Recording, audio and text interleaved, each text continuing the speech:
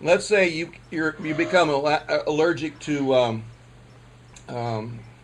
brown sugar. Okay, just as an example. Okay, you've been eating brown sugar all your life and cookies and different things because you know it's better than, you know, regular white sugar. Okay, now all of a sudden you reach a certain age, you start breaking out, and you have an allergy test, and the allergy says you're allergic to brown sugar, and you say, "Well, I never was before. Why am I now?" And this is quite common. And what happens is this: your circulation of air coming into your body comes into your lungs, is processed through the lungs, through the aorta valve, the heart, and then directly up through the trachea into the base of the brain.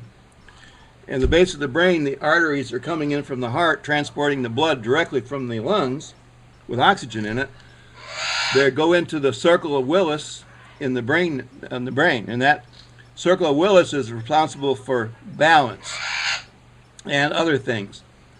But the problem with it is that it's going from a quarter of an inch of arterial size to a millionth of an inch, which is a vein size.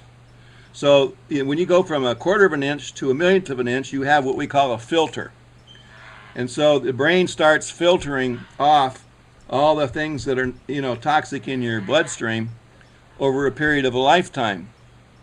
And usually people start developing allergies in their late 30s, early 40s. And that's because the brain has gotten blocked. The blockage is now extended into the center of the brain, into the hypothalamus.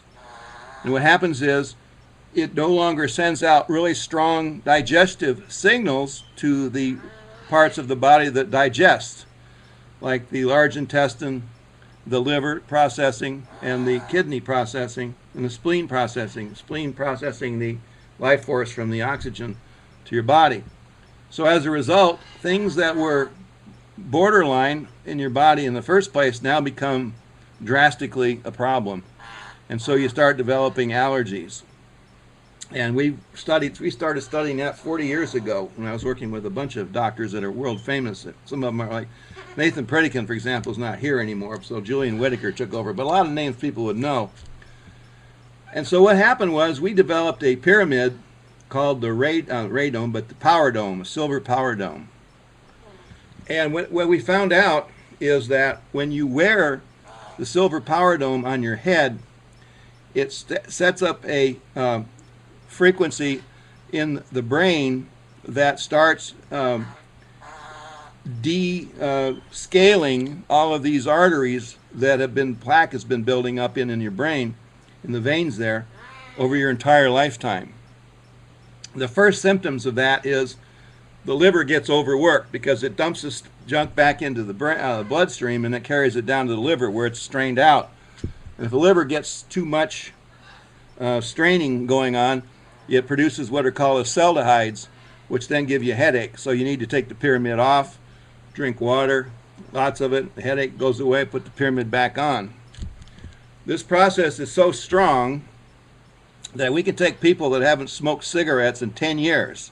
And you know when there's so many toxins in tobacco and the preservatives in tobacco, and that's going directly, you know, into your bloodstream, into your brain, you know there's a big nicotine buildup in there pretty quick, and that doesn't go away.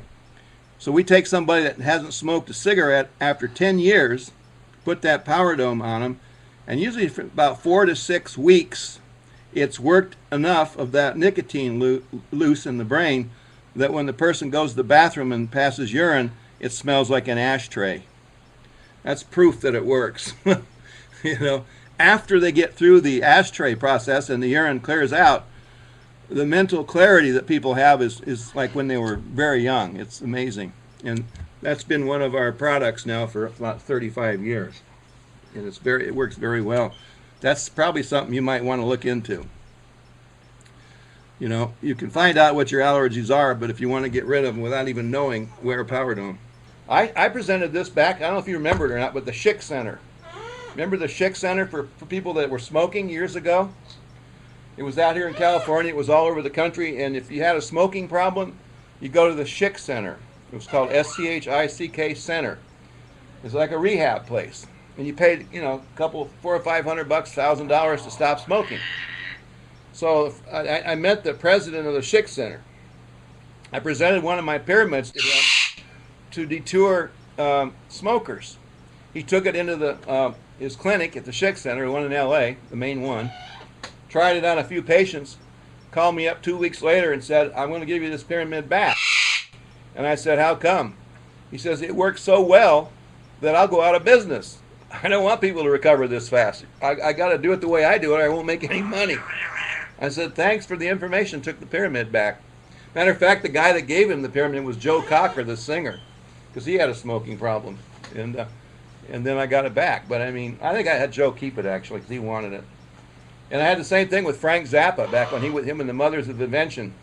He had a real smoking problem. And when one of my medical doctors that I worked with at the time handed him a pyramid to put on his head for his smoking problem, he says they finally invented something I can use, quote unquote, Frank Zappa. So we've had some fun with him. In fact, his ex-wife, Frank's ex-wife, called me, sent me an email about 2 months ago. She wanted to get back in touch, and she reminded me of Frank and the pyramid that he had and how he used it. And she says, I know you never met me, you knew Frank and the band, but because I knew the Mothers of Invention very well.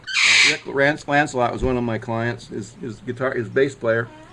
And she says, I remember you from them pyramids. I want to get some more back into this, you know. So that's how it goes.